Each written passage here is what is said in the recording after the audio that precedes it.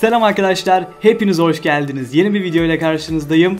Bundan aylar öncesinde 5 TL izlenme arttırma diye bir video çekmiştim. O video çok ilgiyle karşılaşmıştı. Çok fazla izlenme almıştı ve sizler de çok beğenmiştiniz o videoyu. Ama şöyle bir sıkıntı olmuştu. Siz bana çok fazla bu konuda soru sormuştunuz ama ben bunları detaylı olarak sizlere açıklayamamıştım. Ve bu videoda sizlere ücretli reklamlar hakkında tüm detaylı bilgiyi vereceğim ve siz de artık paranızı kullanarak izlenmelerinizi daha hızlı bir şekilde arttırabileceksiniz ve para derken de hemen gözünüz korkmasın, çok az paralar kullanacağız. Yani yüksek bütçelere kaymayacağız arkadaşlar. Düşük paralar kullanarak izlenmemizi arttırmaya çalışacağız. Videoyu mutlaka sonuna kadar izleyin. Çünkü yapacağınız küçük bir hata reklamınızı öne çıkarmada sorun oluşturabilir. O zaman şimdi isterseniz hemen başlayalım. Arkadaşlar şimdi kanalımın YouTube Studio kısmına giriş yaptım. Sizlere öncelikle bu reklamı verdikten sonra kanalımızda ne gibi değişiklikler olacak onu göstermek istiyorum. Ben bir kanal üzerinde bunu denedim arkadaşlar, bu düşük bütçeyle reklam verme olayını ve bana karşılığı şu şekilde oldu. Yani başlık clickbait değil, tamamen gerçek arkadaşlar. Ben bir kanalda videonun reklamını verdim ve bu video arkadaşlar maliyet kısmına dikkat ederseniz tam 1 TL 13 kuruş harcamış ve bana dönüşü bu videonun 89 görüntülenme olmuş arkadaşlar. Yani ben yaklaşık olarak 1 TL harcayarak tam 100 izlenme almışım. Ve tam reklam arkadaşlar 2264 kere gösterilmiş. Gösterim sayısı da gayet iyi. Bu kadar düşük paralar harcayarak siz de kanalınızı yükseltmeye başlayabilirsiniz arkadaşlar. Peki bunu aldık. İzlenme sayımızda ne gibi değişiklikler oldu? İzlenme sayımız arkadaşlar, ben reklam yaklaşık 1-2 hafta boyunca bu kanalda vermeye devam ettim ve reklam bu şekilde kanalımıza bir etkisi oldu. 100 izlenirken kanalımızın izlenme sayısı 500'ün üstüne çıktı. Bazen 750 bile görmüş, burada görmüş olduğunuz gibi. Onun dışında abone sayısındaki artış da aynen bu şekilde oldu. Çok az abone geliyordu. Buralarda mesela hiç gelmemiş. Ama reklam vermeye başladıktan sonra günlük mesela 20 aboneye kadar kanal yükselmiş arkadaşlar. Yani bu reklamları verdikten sonra kanalınızda yükseliş mutlaka oluyor. Ama tabii ki şunu da es geçmemek lazım. Reklamı iyi optimize etmek lazım. İyi bir şekilde ayarlamak lazım. Bunu da öğrenmek için videoyu sonuna kadar mutlaka izleyin. Şimdi arkadaşlar size reklam nasıl verilir bunu anlatmak istiyorum. Önceki videomda da anlatmıştım ama önceki videomda daha basit halini anlatmıştım. Şimdi biraz daha gelişmiş halini yapacağız. 2020'de nasıl YouTuber olunur diye bir videom var. Burada zaten izlemişsinizdir büyük ihtimal.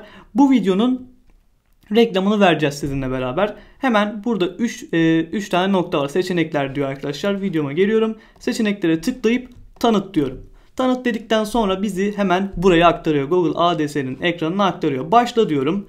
Ve şimdi reklam vermeye başlayacağız. Hemen açılmasını bekliyorum. Bu arada siz bunu ilk defa yapıyorsanız arkadaşlar, İlk defa yapanlarda bu ekran gelmeyebilir. Birkaç tane kurulum aşaması olabilir. Onları hemen hızlı bir şekilde zaten tamamladığınızda başka bir sıkıntı kalmayacaktır. Siz de bu ekrana geleceksinizdir yani. Burada arkadaşlar gelişmiş kampanya oluşturmaya atla diyor. Ben hemen buna tıklıyorum. Biz önceki videomuzda burayı işlemiştik. Burası çok kolay ve burası çok fazla iyi sonuç vermiyor. Gelişmiş kampanya oluşturmaya atla diyorum. Şimdi bekliyorum. Yeni bir kampanya oluşturacağız burada.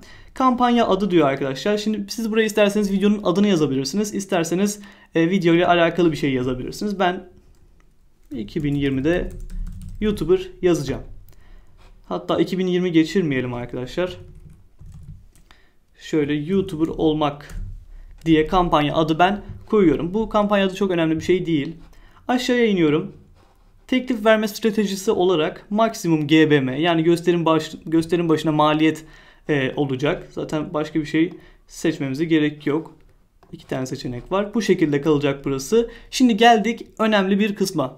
Burası bizim bütçemizi ayarlayacağımız yer. Önceki videomda günlük bütçe ayarlamıştık ve günlük bütçe çoğu kişiyi zora sokmuştu. Burada arkadaşlar toplam bütçeye gireceğiz. Yani bizim cebimizden çıkacak parayı girmemiz lazım. Tam parayı, yani toplamda harcayacağımız paraya gireceğiz. Burada kampanya toplamı diyor arkadaşlar veya günlük diyor. Yani günlük para harcamak istiyorsanız buradan giriyorsunuz. Toplam para için de bunu seçiyorsunuz. Ben toplam olarak bu kampanya için, bu video reklamı için kaç para ayırmak istiyorum? Bunu hemen buraya yazıyorum ve sizden bu para dışında başka bir para çekmiyorlar arkadaşlar. Zaten parayı hemen çekmiyorlar. Daha doğrusu öyle söyleyeyim. Yani reklam gösteriliyor. Reklam tıklandıkça sizden para almaya başlıyorlar arkadaşlar. Toplam bütçemizi ben buraya giriyorum. Örnek veriyorum, ben bu videoya 30 TL'lik bir reklam vereceğim. Toplam bütçe arkadaşlar. Şimdi başlangıç tarihi ve bitiş tarihi seçin diyor. Ben bu videonun mesela 13 Mayıs'ta yayınlanmasına başlamak istiyorum. Yani 13 Mayıs'tan itibaren reklamların gösterilmesini istiyorum. Bitiş tarihi olarak da 20 Mayıs'ı seçeceğim. Bakın altta böyle bir uyarı çıktı. Diyor ki 30 TL değerinde bir kampanya toplamı girdiniz. Yani bütçenizi girdiniz. Bu reklam 8 gün boyunca devam edecek ve günlük olarak sizden 3,75 TL harcayacak. Anlamışsınızdır umarım. Çok kolay. Sadece toplam bütçemizi buraya girdik ve daha sonra başlangıç ve bitiş tarihini ayarladık ve reklamımızı, şu an bütçe kısmını tamamlamış olduk. Görmüş olduğunuz gibi bu şekilde ayarlayabilirsiniz. Sizin bütçeniz ne kadarsa tabii. Kapatıyoruz burayı. Daha sonra ağlar diyor. Ağlarda da hepsi seçili olabilir. Diller. Diller olarak tabii ki Türkçeyi seçmemiz lazım. Türkçeyi hemen seçiyorum. Türkçe seçtim. Sizin tabii videonuz hangi dildeyse onu da seçebilirsiniz. Farklı bir dildeyse onu seçebilirsiniz. Kapatalım. Türkçeyi seçtik. Konumlar Türkiye. Tüm ülkeler ve bölgeler diyor. Siz tabii içerik olarak Türkçe içerik üretiyorsanız Türkiye'yi seçmeniz lazım. Tamam, Türkiye'yi seçtik. Kapatıyorum. Daha sonra envanter diyor. Envanterde ayarlamanıza gerek yok. Bu standart envanter seçili olabilir. Daha sonra burada reklamım nerelerde gösterilmesin diye ayarlayabiliyorsunuz arkadaşlar. Burada görmüş olduğunuz gibi. Mesela canlı akış videolarında benim reklamım gözükmesin. Ben buna tik attığım zaman canlı yayınlarda benim reklamım gösterilmeyecek. Tamam. Daha sonra aşağıya iniyorum. Reklam grubu adı diyor arkadaşlar. Reklam grubu adı da şöyle. Biz şu anda bir kampanya oluşturuyoruz ve bu kampanyanın bir reklam grubu adı olması gerekiyor. Ona da hemen mesela YT hocam reklam diyelim. Reklam grubu adını da girdik arkadaşlar. Daha sonra geldik demografi kısmına.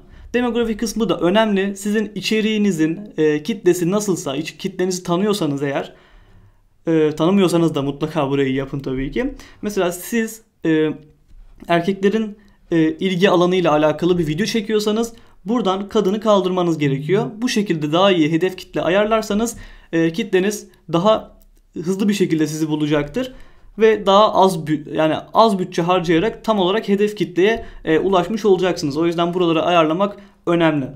Kadın erkek diyor. Ben şu an bu video için kadın erkek fark etmez. Hepsi izleyebilir. Onun dışında mesela 2020'de YouTuber olmak videosunu 45-54 yaşında biri izlemez büyük ihtimal. İzleyebilir ama tabii ki. Ama bizim şu an genel olarak kitlemiz 18 ila 44 yaş arasında olduğundan dolayı ben şu iki tiki, hatta 65 yaş ve üzerini de kaldırıyorum ve sadece şu 3 yaş benim için ideal kalıyor arkadaşlar. Ebeveynlik durumunu girmenize gerek yok. Kaldıralım hemen. Tamamdır. Demografiyi ayarladık. Şimdi sıra geldi hedef kitleye. Hedef kitlede arkadaşlar mesela benim daha önceden seçmiş olduklarım burada gözüküyor. Mesela ben sosyal medya meraklıları diye bir hedef kitle eklemişim ama şöyle ki arkadaşlar, hedef kitlenizi bu tarz videolarda tam olarak seçemiyorsunuz. Yani ben sosyal medya meraklılara girdim ama bundan bana çok fazla bir dönüş olmadı. Birazdan yapacağımız şeyden sonra çok fazla dönüş oluyor. Mesela fikirler diyor. Buradan fikirlerden sizin reklamınıza uygun olan neyse onu seçebilirsiniz. Ama seçmenize de gerek yok. Hani onu söyleyeyim. Seçmenize gerek yok. Mesela biz şimdilik size göstermek amaçlı sosyal medya meraklılarını seçeyim. Mesela 2020'de YouTuber olmak videosunu sosyal medya meraklıları izler. Tamam, bunu seçtim. Hedef kitlem de tamam. Daha sonra aşağıya geliyorum. Anahtar kelimeler. İşte önemli kısımlardan bir tanesi burası. Şimdi benim videomun adı neydi? 2020'de YouTuber olmak. Hemen anahtar kelimeler girmeye başlıyorum. Hatta girerken videomun anahtar kelimelerinden de yararlanabilirim. Mesela ne diyelim? YouTuber olmak yazalım. Mesela para kazan, internetten para kazan gibi videomla alakalı etiketleri benim buraya girmem gerekiyor arkadaşlar. Ve bu etiketlere göre sizin nerelerde çıkacağınızı Google Ads ayarlıyor. Mesela ben bu kadar girdim veya şöyle YouTube hocam da yazabilirim. Onun dışında YouTube para kazanma yazabilirim. Mesela bu şekilde ben etiketlerimi ayarladım. Daha sonra bunu da kapatıyorum arkadaşlar. Aşağıda tüm konular diyor. Buradan bir konu da seçebiliyorsunuz ama dediğim gibi bu tarz videolarda konu ve hedef kitle seçimi çok kısıtlı. O yüzden burada başka bir şey bulamıyorum arkadaşlar. Yani girmenize gerek yok, öyle söyleyeyim. Şimdi geldik en önemli kısma, yerleşimler. Burası gerçekten çok can alıcı bir nokta ve burayı yaptığınız zaman, iyi bir şekilde ayarladığınız zaman gerçekten dönüşler çok iyi oluyor. Şimdi yerleşim dediğimiz şey nedir? Şu arkadaşlar, mesela siz YouTube aramaya YouTube hocam yazıyorsunuz. YouTube hocam yazdığınız zaman en başta bir reklam çıkıyorsa o reklam arkadaşlar büyük bir ihtimalle benim kanalımı bu yerleşim kısmına eklemiştir. Yani siz hangi kanallarda veya hangi videolarda reklamınızın gösterilmesini istiyorsanız bunu buradan seçebiliyorsunuz. Mesela ben buraya bir aratma yapacağım arkadaşlar YouTube içinde. Örnek veriyorum. İnternetten para kazanmayla alakalı kanalları bana çıkarsın diyorum. Ben bunların arasından mesela seçtiğim kanallarda benim reklamım gözükecek. Bakın 750 tane YouTube kanalı bulmuş. Tıklıyorum. Mesela karşıma şu an birçok kanal çıktı, görmüş olduğunuz gibi.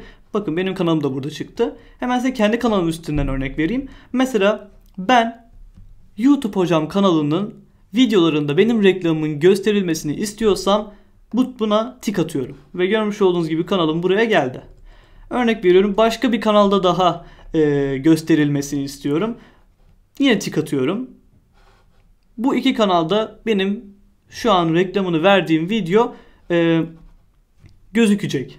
Yani umarım anlamışsınızdır. Çok basit bir mantığı var zaten. Yani dediğim gibi, veya isterseniz de mesela internetten para kazan dedim. İnternetten para kazan dedikten sonra videolar çıkacak. İstersek direkt özel olarak videolara da reklam verebiliyoruz. YouTube videolarına tıkladım. Şöyle mesela ben bu videoda, şu videoda arkadaşlar benim reklamımın çıkmasını istiyorum yan tarafta. Tıklıyorum. Bu videoda da çıkmasını istiyorum. Bunda da çıkmasını istiyorum. Bakın burada benim videom da var. Bunda da çıkmasını istiyorum gibi seçebiliyoruz. Hem istersek video seçebiliyoruz, istersek kanal seçebiliyoruz. Bu şekilde arkadaşlar, mesela ben şimdi örnek olarak kendi kanalımın videosunu seçeceğim. Bu videoda çıksın mesela benim reklamım. YouTube kanallarına da YouTube hocam yazayım arkadaşlar. Kendi kanalımda da mesela reklamın gösterilmesini istiyorum. Seçiyorum. Bu kadar. Çok basit. Tamam, yerleşimleri de ayarladık diyelim. Tabii siz bu kadar az seçmeyin arkadaşlar. Siz kendi kanalınızla alakalı olan büyük kanallara buradan ekleyin. Ben YouTube hocama ekledim, şu an kendi kanalıma ekledim. Yerleşimleri de kapatalım. Şimdi teklif verme kısmına geldik. Burası da arkadaşlar önemli. Maksimum GBM teklifi diyor. Yani bir kişi başına, gösterim başına en fazla vereceğiniz maliyet. Bunu da şöyle ayarlamanızı öneriyorum. 0,01 veya 3 arasında seçebilirsiniz veya 5 arasında seçebilirsiniz. Bu sizin vereceğiniz anahtar kelimelere de bağlı birazcık. Ben mesela şimdilik 3 vereceğim diyelim. Tamam, maksimum GBM teklifi 0,03 verdim arkadaşlar. Şu an tamam, bir sıkıntı yok. Şimdi geldik bir önemli kısma daha. Burada iki tane seçeneğimiz var arkadaşlar. Bu atlanabilir yayın içi reklam. Mesela şu siz bir video açıyorsunuz. Video açtığınız zaman direkt karşınıza reklam çıkıyor değil mi? Bu dediğimiz şey atlanabilir yayın içi reklam. Diğeri de video discovery reklam. Bu da arkadaşlar bir videonun yanında çıkan reklamlar. Ben genellikle size bunu öneriyorum. Bu çok daha iyi bence sonuç veriyor. Ya daha çok kısa videolar için, daha kısa reklamlar için daha doğrusu size bunu önerebilirim ama ben normal sizin kişisel videolarınız için video discovery reklamı öneriyorum. Bunu seçtikten sonra arkadaşlar bakın mesela bizde şöyle bir uyarı çıktı. Bu uyarı neden çıktı biliyor musunuz? Biz tam olarak hedef kitlemizi belirleyemedik. Ben videoda olduğumdan dolayı çok fazla üzerine düşmedim. Siz bütçenizi hedef kitlenizi iyi belirleyeceğinizden dolayı size böyle bir uyarı çıkma ihtimali düşük. Ama mesela bize bunu önermiş. 9 yapmamızı önermiş. Uygula diyorum. Yaptım. Şu an bütçemin tamamını harcayacak. Sıkıntı yok. Tamamdır. Ben Video Discovery reklamını seçiyorum. Şu şekilde nasıl gözükeceğini de zaten gösteriyor. Şimdi başlığa gelelim. Az önce söylemiştim ya. Google Ads başlıkta ve açıklamada veya anahtar kelimelerde YouTube geçirmemizi istemiyor. Yani YouTube geçiremiyoruz. O yüzden ben şu an bu video için ne yazabilirim diye düşünüyorum. Çünkü videonun başında YouTuber yazıyor. Ve başlıkta arkadaşlar şunu da söyleyeyim. Başlıkta tamamen büyük harflerle başlık yazamıyorsunuz. Sadece ilk harfi büyük olacak. Yani şöyle göstereyim ben size. 2020'de nasıl video çekilir? Mesela YouTube geçirmemek için şu an böyle yazıyorum. 2020'de nasıl video çekilir? Yazdım. Yani başlık kısmı böyle olması gerekiyor arkadaşlar. Yani tamamen büyük harflerle yazamıyorsunuz. Açıklama 1 diyor. Nasıl video çekilir?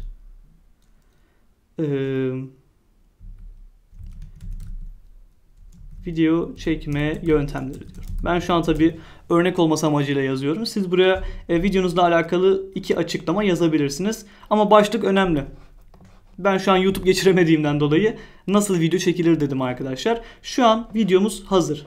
Bir sıkıntımız yok. Hepsini ayarladık arkadaşlar. Şurada da zaten görmüş olduğunuz gibi hiçbir sıkıntı yok. Daha sonra bize burada görmüş olduğunuz gibi tahmini performansı diyor. Tahmini performans yani tam olarak şey değil. Yani sadece tahmini. Hani daha fazla büyük ihtimal çıkıyor zaten veya daha düşük de çıkabiliyor arkadaşlar sizin ayarlamanıza göre. Mesela diyor ki bize sizin bu reklamınızdan size gelecek olan tahmini izlenme sayısı 200 ila 630 arasında, gösterim sayısı da 12.000 ile 48.000 arasında değişebilir diyor. Ortalama GBM olarak 2 kuruş ila 5 kuruş arası vermiş. Tamamdır. Şu an hiçbir sıkıntı yok. Kampanya oluştura tıklıyorum arkadaşlar. Evet, şu an görmüş olduğunuz gibi tamam. Burada bir sıkıntımız yok. Tebrikler, kampanyanız hazır diyor. Kampanyaya devam edin diyorum. Ve şu an görmüş olduğunuz gibi bize reklamımızın ayrıca özellikleri çıkacak. Şöyle göstereyim. Evet, videomuz burada gözüküyor. Reklamlar ve uzantılara tıklıyorum. Şu an reklamım gözükecek. Evet, şu an videomuz burada. Durum olarak inceleniyor yazıyor. Eğer siz ilk defa reklam veriyorsanız reklamınız ortalama 2 gün içinde onaylanabilir. Ben sürekli reklam verdiğimden dolayı büyük ihtimal 1-2 saat içinde onaylanır. Bir de şunu çok soran olmuştu arkadaşlar. Biz banka hesabımızı nasıl gireceğiz? Yani kart bilgilerimizi nasıl gireceğiz? Bizden ödeme nasıl alacak? Hemen size onu da söyleyeyim. Arkadaşlar Google Ads'de hemen araçlar ve ayarlara geldiğimizde burada fatura özeti yazar. Fatura özetine tıkladığınız zaman sizin hesabınızda kaç para biriktiğini yazar. Biz mesela 30 lira girdik ya bu kampanya için. Siz fatura özetine girdiğinizde reklamınız bittiği zaman 30 liralık bir bakiye orada olur. Ve siz bu bakiyeyi istediğiniz zaman kartınızla ödeyebilirsiniz. Mesela burada faturalandırma ayarlarına girerek de kart bilgilerinizi girebilirsiniz. Bu şekilde yani ödeme çok basit. Ve Google Ads sizi hiçbir şekilde hani hemen parayı ver hemen parayı ver diye zorlamıyor arkadaşlar. Belirli günler var. O günlerde sizden para çekiyor. Yani toplam bütçenizi çekiyor. Onun dışında başka bir para almıyor arkadaşlar. Yani bu konuda işiniz rahat olsun. Hiçbir sıkıntıyla karşılaşmazsınız. Tabii doğru bir şekilde uygularsanız. Bu videomuz bu kadardı. Sizlerle beraber bir reklam verdik. Bunun gibi videonun devamını istiyorsanız kanalımıza abone olmayı ve videoyu beğenmeyi unutmayın. Bir sonraki videomuzda görüşmek üzere. Hoşça kalın.